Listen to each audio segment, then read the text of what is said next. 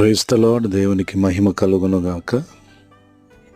మా సంఘ విశ్వాసి, మరి సీనియర్ సిటిజన్ అని చెప్పాలి, కొంచెం వృద్ధాప్యంలో ఉన్నప్పటికీ ఈరోజు అనుకోని రీతిగా మా ఇంటికి వచ్చి మాట్లాడుతున్నాడు. కొన్ని విషయాలు మాట్లాడుతూ మరి ప్రతిదినం ఆయన దినచర్యను చెబుతూ పనికి వెళ్ళొచ్చిందంటే తప్పకుండా నేను ప్రార్థన చేసుకుంటాను, రోజుకు 1-2 సార్లు బైబిల్ చదువుకుంటాను, నాకు టైం దొరికిందంటే నేను దేవుని సన్నిధిలోనే గడుపుతానన్నా, ప్రార్థన చేసుకొని దేవుని వాక్యం చదువుకోవడానికి ఇష్టపడతా.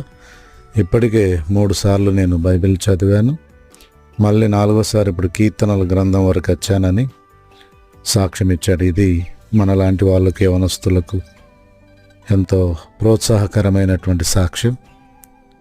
మరి 2 మాటలైనా ఆయన మాటల్లోనే ఆ సాక్ష్యం వినండి. Praise the Lord. ఒకసారికి కీర్తన గ్రంథానికి వచ్చినాను. రోజు అవుతారా? రోజు చదువుతా, రోజు పగట్లు కానీ ఇప్పుడు వీలైతే అప్పుడే రోజు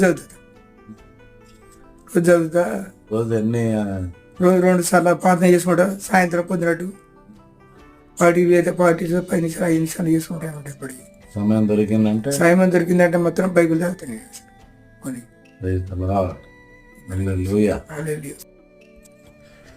ప్రైజ్ ది లార్డ్. అయితే ఇంతకంటే ఎక్కువ వయసులో ఉన్న వాళ్ళు కూడా మోకరించి ప్రార్థించే వాళ్ళు ఉన్నారు. మా నాన్నగారు కూడా ఇంచుమించు 90-92 సంవత్సరాల వయసులో కూడా మోకరించి ప్రార్థించేది.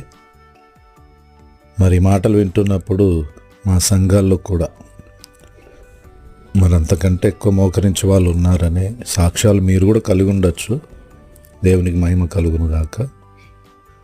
మరి ఈయన ఈ వయసులో అలాంటి సాక్ష్యాన్ని చెప్పడం నాకు చాలా సంతోషం అనిపించింది. ప్రోత్సాహకరంగా ఉంటుంది కదా కొంతమందికైనా అని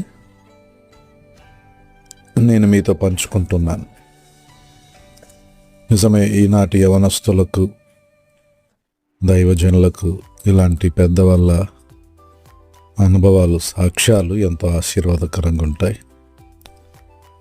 వీటిని మనం స్ఫూర్తిగా తీసుకొని మనం కూడా ఆత్మీయంగా బలపరచబడుతూ దేవునితో ఐక్యపరచబడదాం. అట్టి కృప దేవుడు దయచేయునుగాక. ఆమేన్.